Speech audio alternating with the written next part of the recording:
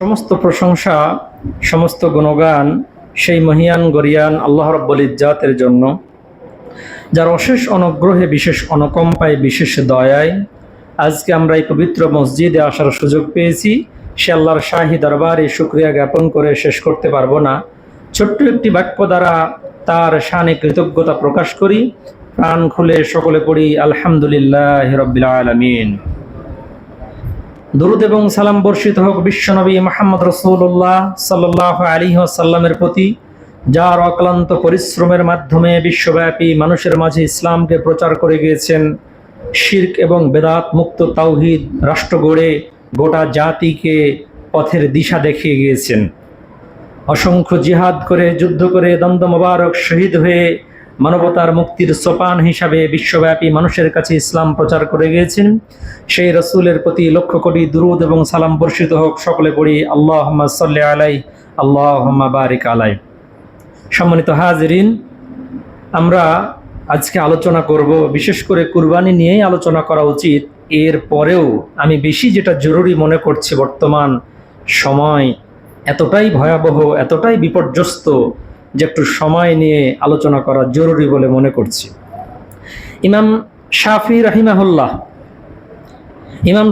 রাহিমাহুল্লাহ তিনি বলেন, পবিত্র কোরআনুল কারীমে আল্লাহ সুবহানাহু ওয়া তাআলা যে গোটা কোরআনকে নাজিল করেছেন, এই গোটা কোরআনকে নাজিল না করে শুধু যদি সূরা আসর যদি মানুষের জন্য যদি নাজিল করা হতো, তাহলে এটাই তাদের জন্য যথেষ্ট হয়ে যেত। আমি আজকে আপনাদের সম্মুখে সূরা আসর তেলাওয়াত করে শোনাচ্ছি। এই সূরাকে কেন্দ্র করেই সংক্ষিপ্ত আলোচনা করার চেষ্টা করব ইনশাআল্লাহ। আমার তৌফিকি ইল্লা বিল্লাহ।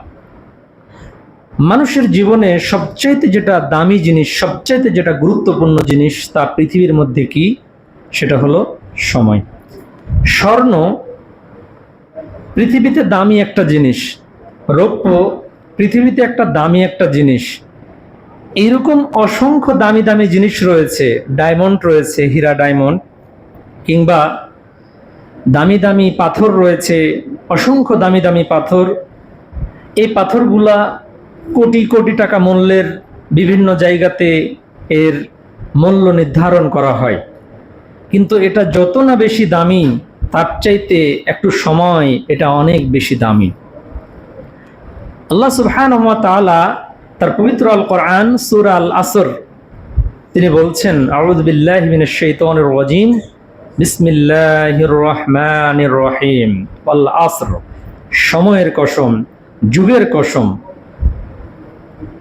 সময় এমন একটা দামি জিনিস, আল্লাহ সুবহানাহু ওয়া তাআলা তার কসম করে বলছেন যে সময়ের কসম, যুগের কসম।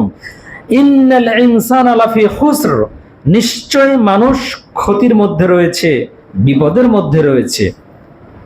ইল্লাল্লাযীনা আমানু, চার শ্রেণীর মানুষ ক্ষতির মধ্যে নেই। ইল্লাল্লাযীনা আমানু, যারা ঈমান এনেছে তারা ক্ষতির মধ্যে নেই। পৃথিবীতে অসংখ্য মানুষ ঈমান আনার পরেও কিন্তু মুশরিক। পৃথিবীতে অসংখ্য মানুষ ঈমান আনয়ন করার পরেও অনেকে বেদাতি। পৃথিবীতে অসংখ্য মানুষ ঈমান আনার পরেও মূর্তি পূজারী। পৃথিবীতে অসংখ্য মানুষ ঈমান আনার পরেও শিরকের কাছে মাথা নতকারী।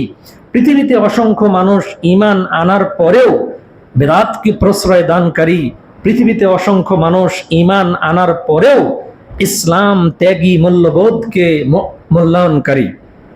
তো আল্লাহ রাব্বুল আলামিন বলছেন, ইল্লাল্লাযীনা আমানু, তারা বিপদের মধ্যে নেই যারা ঈমান এনেছে।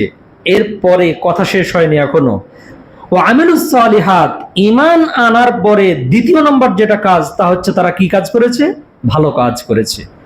এখন ভালো এবং মন্দ এটার জাস্টিফাই করার জন্য, এটাকে ক্লাসিফিকেশন করার জন্য, এটাকে ডিভাইড করার জন্য আমরা কোন পন্থা অবলম্বন করব?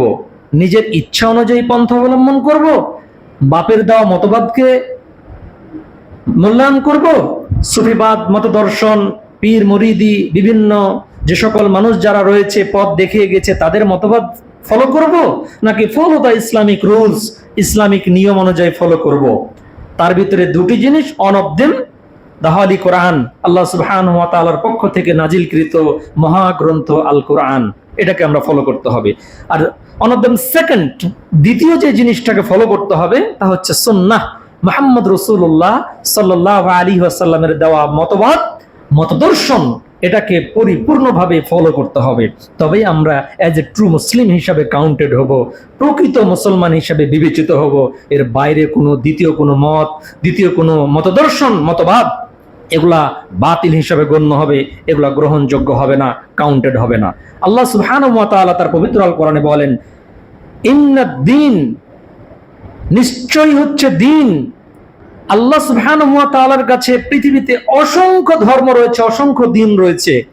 হিন্দু, খ্রিস্টান, ইহুদি মতবাদ, মতদর্শন, খ্রিস্টানদের ভিতরে আবার আলাদা আলাদা ক্লাসিফিকেশন রয়েছে, খ্রিস্টান প্রটেস্ট্যান্ট রয়েছে, খ্রিস্টান ক্যাথলিক খ্রিস্টান রয়েছে, এদের ভিতরে দ্বন্দ্ব রয়েছে, ওদের মতবাদের সাথে এদের মতদর্শন কোনো মিল নেই। ইভেন এদের ভিতরে দ্বন্দ্ব, যুদ্ধ লেগে থাকে। ক্যাথলিকদের সাথে প্রটেস্ট্যান্টদের যুদ্ধ হয়েছে, ইতিহাস সাক্ষ্য দেয়। তো তাদের ভিতরে যে সকল দিনগুলো রয়েছে দুনিয়াতে, এগুলোর মধ্যে ইন্নাদ-দীনা ইনদাল্লাহিল ইসলাম, আল্লাহর কাছে মনোনীত একমাত্র দিন, ধর্মটা তা হচ্ছে কি? ইসলাম। ইসলামের ভিতরে আমরা আবার ভাগ করি, ভাগ করতে করতে করতে করতে করতে এমন ভাবে ভাগ করে ফেলেছি যে নিজেদের ভিতরে নিজেরাই দ্বন্দ্ব করে ফেলেছি, ইতিহাস সাক্ষ্য দেয়। সম্মানিত উপস্থিতি, আল্লাহ সুবহানাহু ওয়া তাআলা ৭২ দলকে জাহান্নামী করবেন কেন? এক দলকে জান্নাতি করবেন কেন? ওরা কারা? ওরা কি মূর্তি পূজারী? ওরা কি নরেন্দ্র মোদীর অনুসারী? ওরা কি বারাক ওবামার অনুসারী? ওরা কি ডোনাল্ড ট্রাম্পের অনুসারী? ওরা কি চেঙ্গিস খান, হালাকু খানের অনুসারী? না, মুসলমানদেরকে আল্লাহ রাব্বুল আলামিন ৭২ দলকে জাহান্নামে দিবেন। ১,০০০ মানুষের মধ্যে ৯৯৯ জনই যাবে জাহান্নামে। ওরা কারা? ওরা আব্দুর রহমান, ওরা হচ্ছে আব্দুর রহিম, ওরাই হচ্ছে সুলাইমান, ওরাই হচ্ছে মুসলমানদের ব্যক্তির মানুষেরা, এরাই যাবে জাহান্নামে।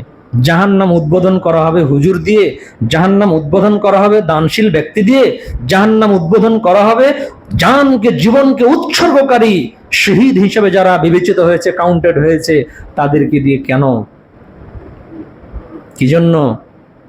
দেখানোর জন্য? নাকি আল্লাহর সেই ক্ষমতা, বিশাল ইচ্ছা, যাকে হবে তাকেই দিবেন এই জন্য?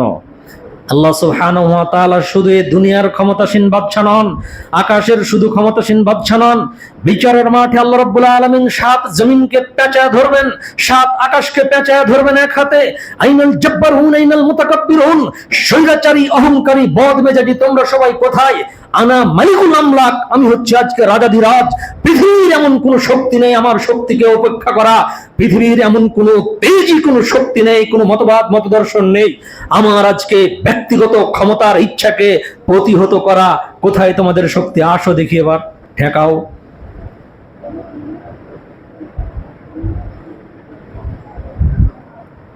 ঠেকাতে ঠেকাতে দুনিयाते ঠেকাতে চাই আমরা। अगर किसी का दो पीर हो, दोनों हाथ के पकड़ कर लेके उसके बेहेश्त में ले जाएगा, कोई हाथ नहीं है। মাওয়াইজুল ফকিহা এইরকম গ্রন্থে আমাদের সুনাম ধন্য হক্কানি নামের পীর নামে যারা আবদার করে, যারা বাংলাদেশের অধিকাংশ মানুষ যাদেরকে হক্কানি হিসাবে যাদেরকে মূল্যায়ন করে, এদের গ্রন্থে লেখা আছে আগার কিসি কা দো পীর হো, দুইজন কোন মানুষের যদি দুইজন পীর হয়, दोनों हाथ के पकड़ कर लेके उसके बेहेश्त में ले जाएगा, कोई हाथ नहीं है। তার দুই হাতকে শক্ত করে ধরে বেহেশতে নিয়ে চলে যাবে, জান্নাতে নিয়ে চলে যাবে। আল্লাহর শক্তি নাই সেই শক্তিকে কি করা? থামিয়ে দেওয়া। নাউজুবিল্লাহ। এই আকীদা যদি হয়, এই নীতি যদি হয়, এই আকীদা বর্জন করতে হবে। এই আকীদাকে কোনো প্রকারের প্রশ্রয় দেওয়ার কোনো সুযোগই নেই। শিরকি মতবাদ দিয়ে কখনো হক্কানি হওয়া যায় না, বেদাতি মতবাদ দিয়ে কখনো তাওহীদ প্রতিষ্ঠা করা যায় না।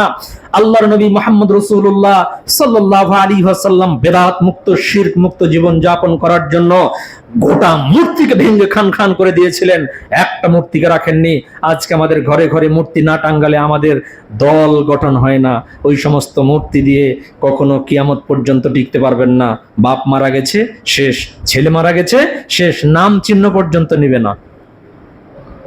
মুহাম্মদ রাসূলুল্লাহ সাল্লাল্লাহু আলাইহি ওয়াসাল্লামের চেয়ে সম্মানী ব্যক্তি পৃথিবীর মধ্যে কেউ আসবে না। আমাদের আদি পিতা হযরত আদম আলাইহিস সালামের চাইতে জ্ঞানী মানুষ পৃথিবীর মাঝে আর কোনদিন আসবে না। আল্লাহ রাব্বুল আলামিন বলেন, ওয়াল্লামা আদম আসমাআ, আমি আদম আলাইহিসসালামকে সব কিছুর জ্ঞানকে শিখিয়ে দিলাম। আল্লাহ নিজে বলছেন, তার মানে জ্ঞানী মানুষের দিক দিয়ে সবচাইতে বেশি জ্ঞানী মানুষ কে হবেন? আদম আলাইহিসসালাম। আদম আলাইহিসসালামের চাইতে